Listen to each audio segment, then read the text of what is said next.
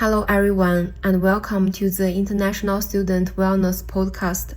My name is Xiuyun Wang, and today I will be presenting episode 1. In this episode, we will talk about homesickness, which is something many international students experience. Sometimes homesickness is more than just missing family. You may be in the US going to class and doing homework, but your mind is still thinking about home, your old life, and the people you miss. Being an international student is exciting, but it can also be stressful and lonely sometimes. Today, we will talk about why homesickness happens, how it affects students, and some simple ways to feel better and more comfortable here. We hope this episode helps you feel understood and reminds you that you are not alone. The title of this episode is When Your Body is Here but Your Mind is Back Home. Homesickness is more than missing your family or missing familiar food. Sometimes it feels like you are physically on campus, walking to class, sitting in the library, or eating in the dining hall. But mentally, you are somewhere else. You may be thinking about your parents, your bedroom and home, the streets you know, the language you usually speak, or the version of yourself that felt more comfortable there. For international students, homesickness can be complicated. We may feel grateful to study in the US, but still feel lonely. We may be proud of ourselves for coming to Miami University, but still wish we could be home for one meal, one conversation, or one normal day. These feelings can exist at the same time. Homesickness can be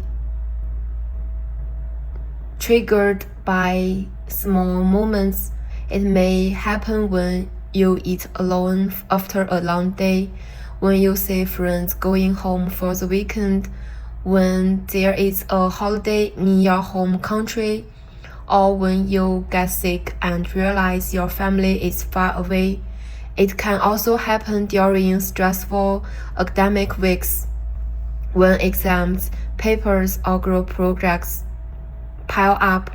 Home may start to feel like the only place where you can fully rest. This feeling can affect studying too.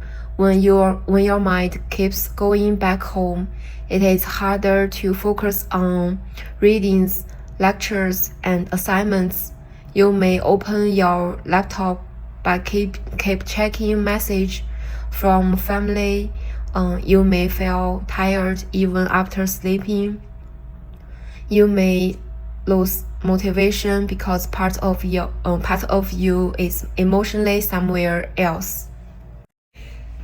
But the answer is not to force yourself to get over it. Homesickness is not something to be ashamed of. It is a sign that you are connected to people and places that matter to you. The goal is not to stop missing home completely. The goal is to learn how to carry home with you while still building a life here. One practical tool is to name the trigger. Instead of saying, "I feel bad for no reason," ask yourself, what caused this feeling today? Was it a family photo, a holiday, a difficult exam, eating alone, cold weather? Naming the trigger makes the feeling less confusing. It helps you understand that homesickness often comes in waves, and waves can pass. Another tool is scheduled home connection. Sometimes we call home only when we are already overwhelmed. That can make the call feel emotional and heavy. Instead, try creating a regular routine like calling family every Sunday morning or sending photos during the week. This gives you a stable connection to home without making every homesick moment become an emergency. A third tool is building a home ritual at Miami. This could be cooking familiar food, listening to music from home, decorating your room with small reminders, speaking your first language with friends, or celebrating a holiday in a simple way. These small rituals tell your brain, home is not gone, I can bring parts of it with me. Another useful tool is the 20-minute presence reset. When your mind keeps going back home, choose one small activity that brings you back to the present.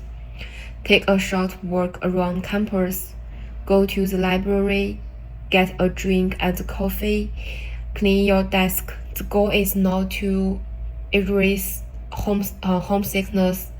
The goal is to gently remind yourself, I am here right now, and I can take care of this moment. Finally, try to create one new anchor and Miami. Belonging does not always happen quickly.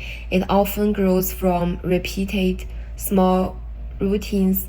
Maybe it is going to the gym every Tuesday, studying in the same library spot, joining a student organization, having lunch with one classmate, or attending an international student event.